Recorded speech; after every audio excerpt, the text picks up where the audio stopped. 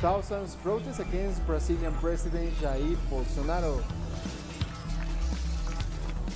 The DR Congo government sounds false alarm about another volcano eruption as humanitarian crisis mounts following last week's eruption.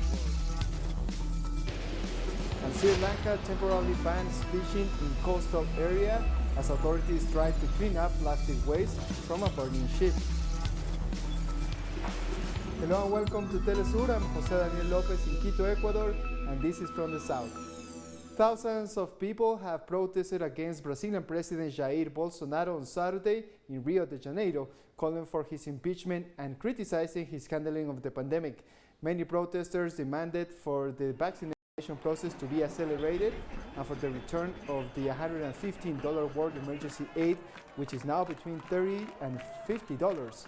The crowd marched through Rio's downtown with flags and drums, demanding the impeachment of Bolsonaro.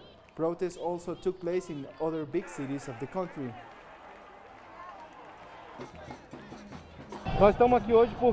We are here because of education, health, and the life of the Brazilian people are in danger. We have a president that, instead of making Brazil an international example, he made us a lab of new virus strains.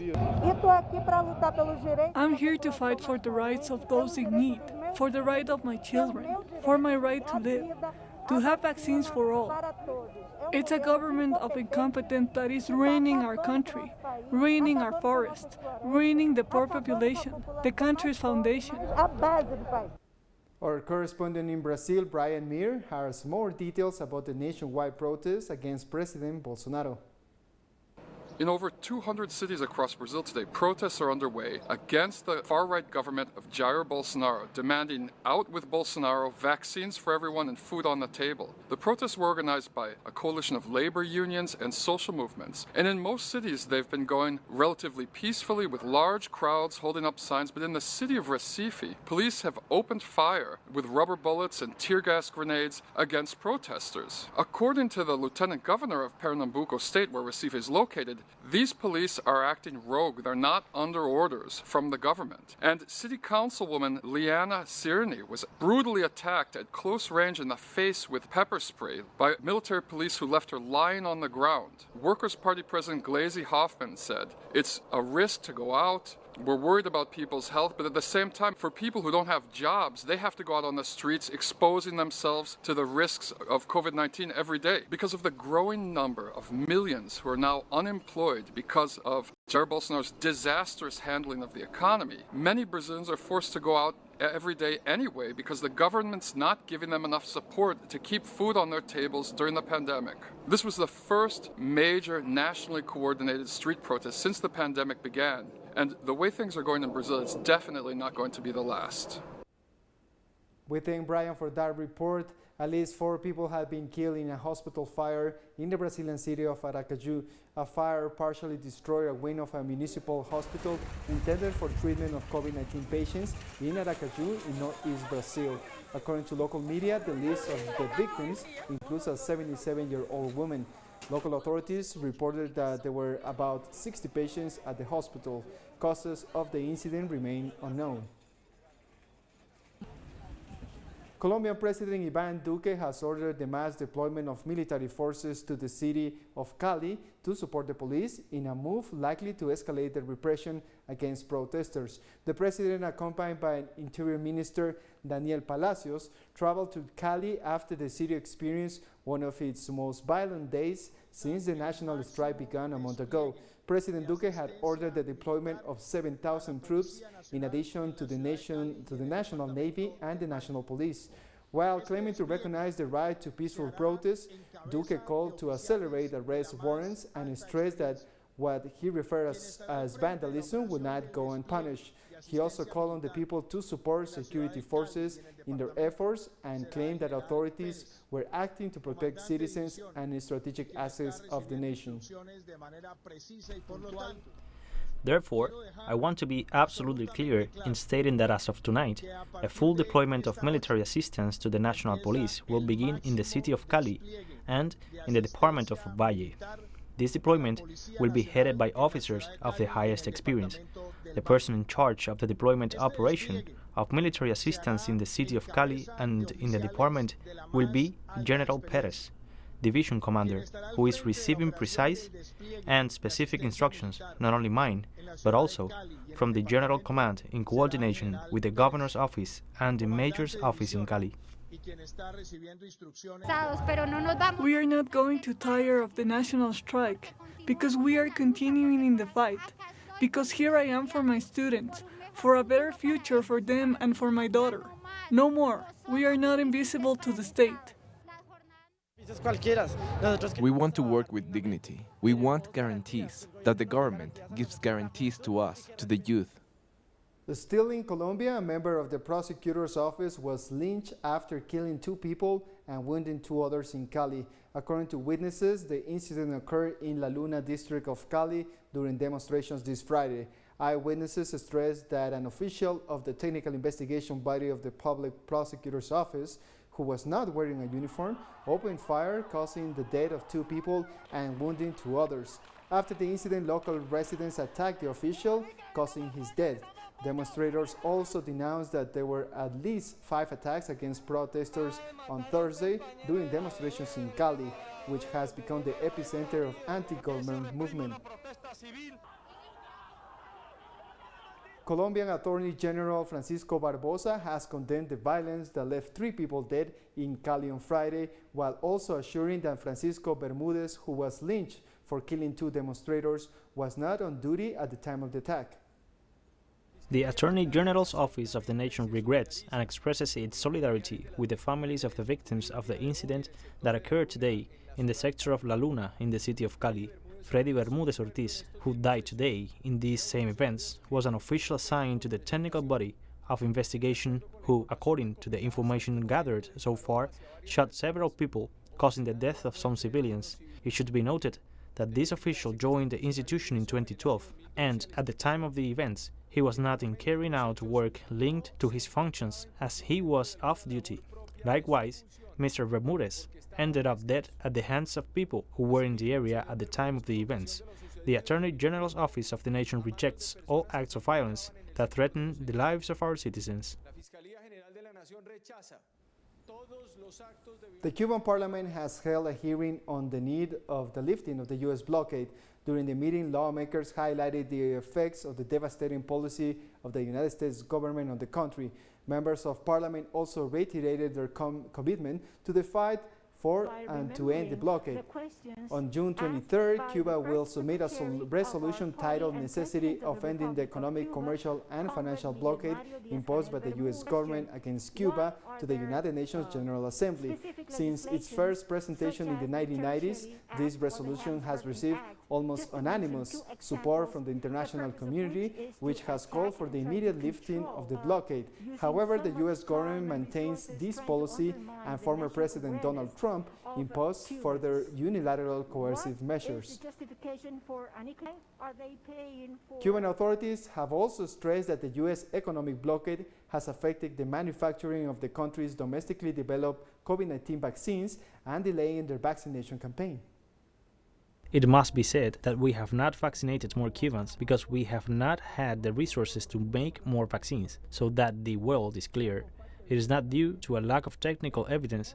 It is because we have not had the resources, because these resources have been obstructed. The blockade that affects, above all, the financial sector, and that makes it difficult for us to pay many parts of the world for the products that we acquire, to pay for the services that we request, or to receive payment for the services that we give or the goods that we sell. Obtaining loans is immensely difficult due to the fact that the United States included us on this illegitimate list.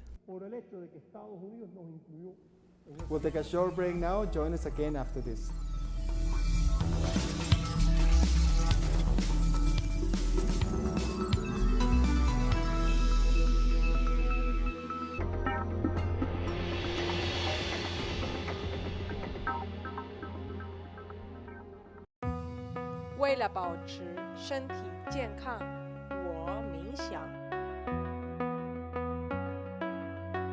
Para mantenerme saludable, yo corro.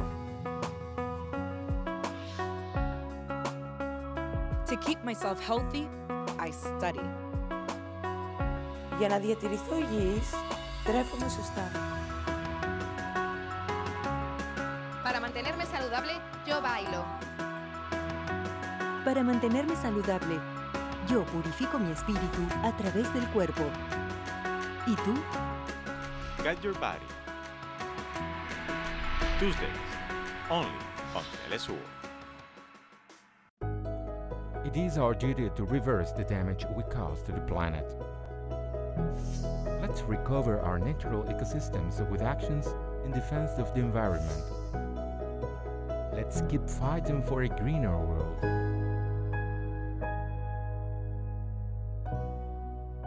Wednesdays, only on teleSUR.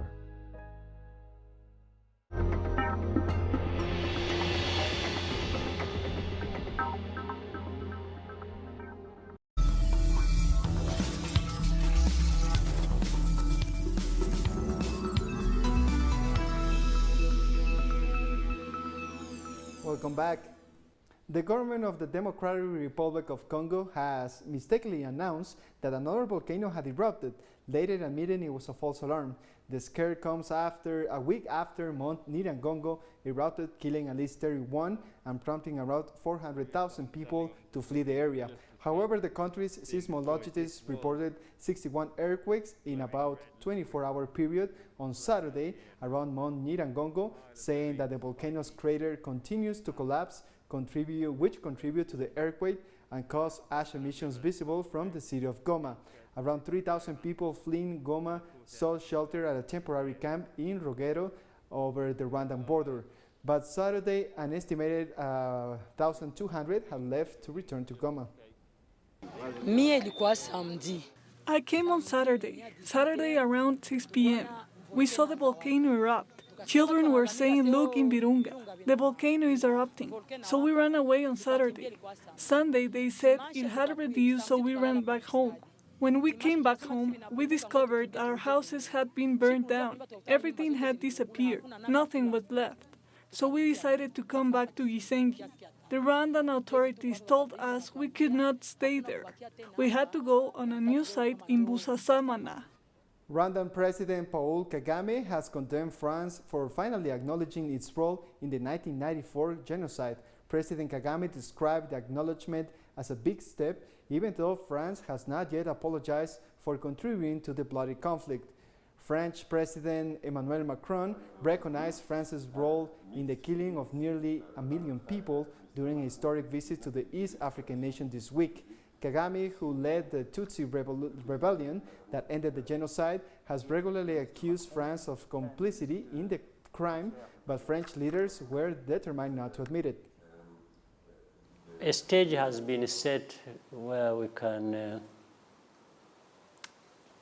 see a better and maybe deeper relationship between Rwanda and France. So I think I'm upbeat about it. I think it was positive, it was good that it happened, and many more things are going to happen after the visit. We should not allow acrimony or misunderstandings around or about the truth to go on forever. We must be able to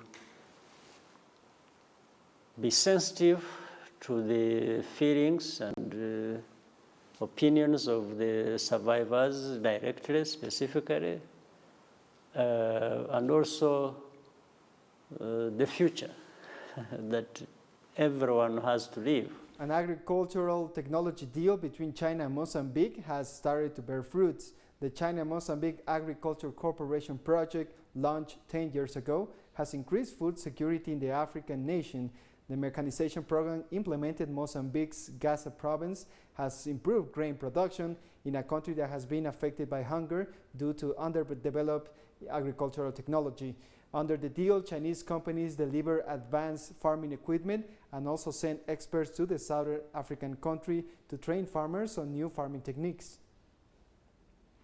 Our country not for people from Gaza only, but for all country. Many people will think that maybe the people from Gaza or from Mozambique, they will be die from hunger. But we didn't die. We're still alive until now because we have a local production. South African President Cyril Ramaphosa has stressed that Africa cannot wait for COVID-19 vaccines any longer, as experts warn of a possible resurgence of COVID-19 ahead of the Southern Hemisphere winter, which starts in June. There is, however, one thing that the African continent cannot do.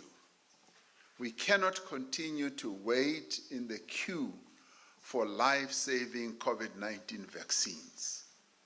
We are waiting in the queue, and we are tired of waiting in the queue. We want to be at the front of the queue, and this must happen now. We say, let us work together to have this waiver for a limited period. That in itself is not going to break the innovation concept, and all it requires is that there should be more access. And if saving lives is important to all of us, this is not too much to ask. More news in a minute. Stay with us.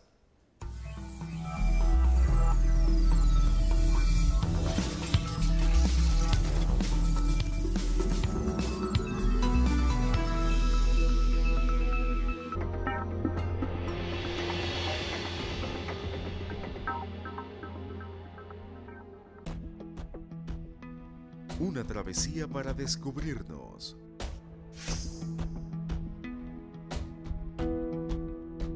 Buscamos conexiones perdidas. No nos queda otra que luchar, porque no tenemos nada que perder. Realmente es por todos. Recorremos el mundo con reportajes telesur. Saturdays. Only on telesur. En un mundo en constante movimiento, todos los días se generan nuevos sucesos y es necesario conocerlos.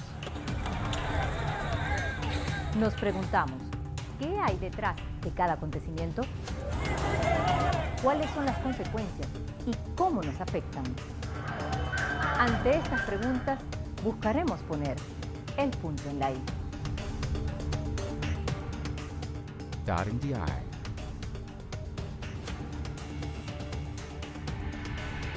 Saturday, only on telesur.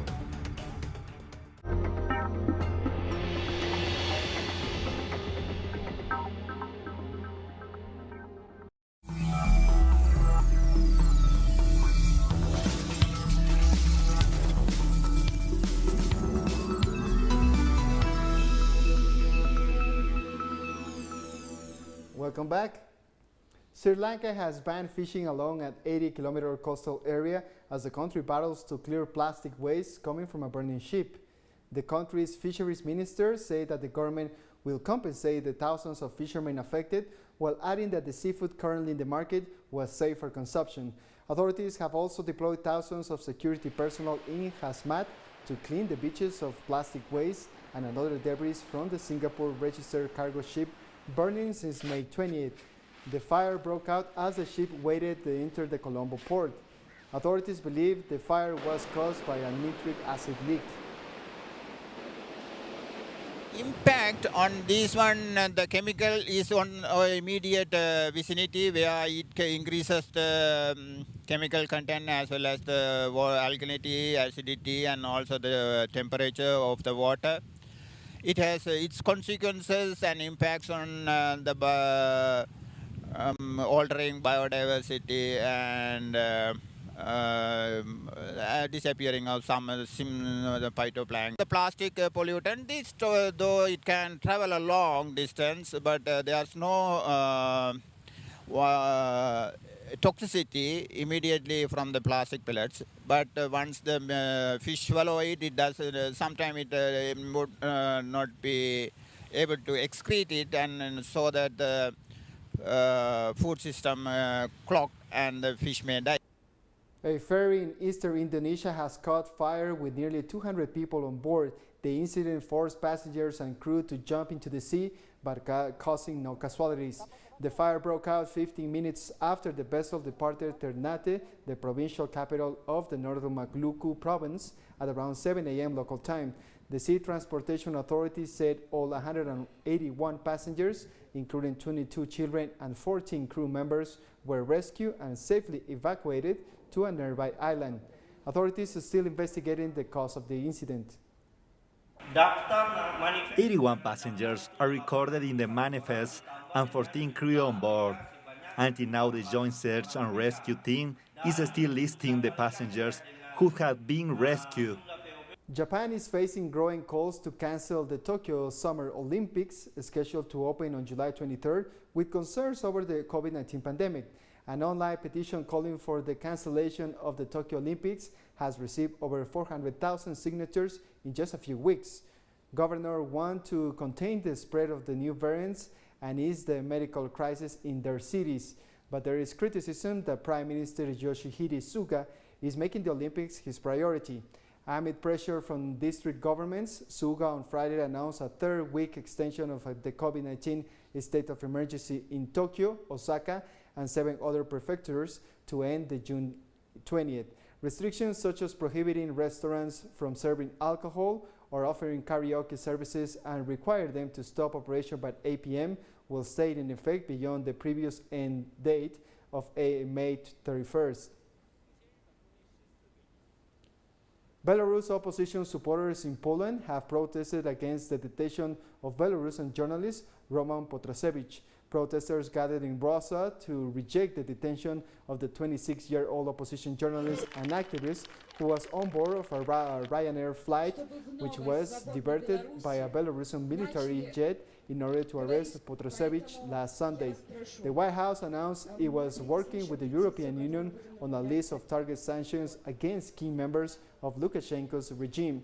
Meanwhile, economic sanctions against 9 Belarusians, state-owned enterprises, were imposed by Washington in April following a crackdown on pro-democracy protests will come into effect on June 3rd. Irish Prime Minister Michael Martin has announced that the nation will reopen pubs and international travel as its vaccination campaign continues to advance. This is an important time for us all. After the trauma of the last 15 months, we are finally taking definite steps towards enjoying normal times with friends and loved ones again. So, from the 2nd of June, hotels, B&Bs, guest houses and self-catering accommodation can reopen for guests. And from the 7th of June, outdoor services and bars and restaurants can recommence. But subject to us continuing to make progress, we will move to the next phase of reopening. And this will mean that from the 5th of July, we will see the return of indoor services in restaurants and bars. Syrian President Bashar al-Assad expressed his gratitude on Friday for the huge turnout in Wednesday's election, in which he won 95% of the vote to secure a 4th term in office. What you have done was an unprecedented challenge to the homeland's enemies from all nationalities, loyalties, and allegiances. You turned the scales, destroyed the rules of the game, and you have confirmed without any doubts that the rules are made here, set and determined here, by our own hands. There is no place for partners, only for our brothers and friends. Palestinian journalists protested this Friday against attacks on their colleagues in the East Jerusalem neighborhood of Sheikh Jarrah. Over the past month, as huge protests continue against the imminent expulsion of Palestinian families from the Sheikh Jarrah neighborhood, police assaults on journalists have increased, according to the Union of Journalists in Israel. While Israeli and international members of the press have also been attacked, Palestinian journalists have been targeted disproportionately. At least 15 journalists have been wounded by Israeli forces since the beginning of May, of whom 13 are Palestinian. Along with other restrictions imposed by Israeli authorities, press advocates stress that the attacks hamper press freedom in what has become a major flashpoint for violence surrounding Israel's occupation of Palestine. We came today to Sheikh Jarrah to protest against the recent attacks by the Israeli police against journalists in Jerusalem. Since the tension started a few weeks ago in Jerusalem, we saw many attacks by the police against journalists and especially Palestinian journalists in Jerusalem. These attacks include arrests, throwing stun grenades and violent acts against journalists who just came to do their jobs.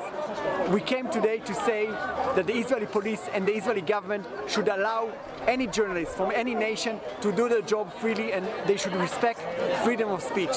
The Palestinian press is targeted everywhere. With all the harshest words in places, journalists are not attacked. Only in this country, journalists are arrested, journalists are injured, journalists are killed. This protest is directed first and foremost to the police and then to the world to see the police of the... As the United States and the European Union called to launch a new investigation into the origins of COVID-19, the World Health Organization has stressed that the process is full of blame and politics, and asked that scientists will be allowed to work free of political influence. This whole process is being poisoned by politics.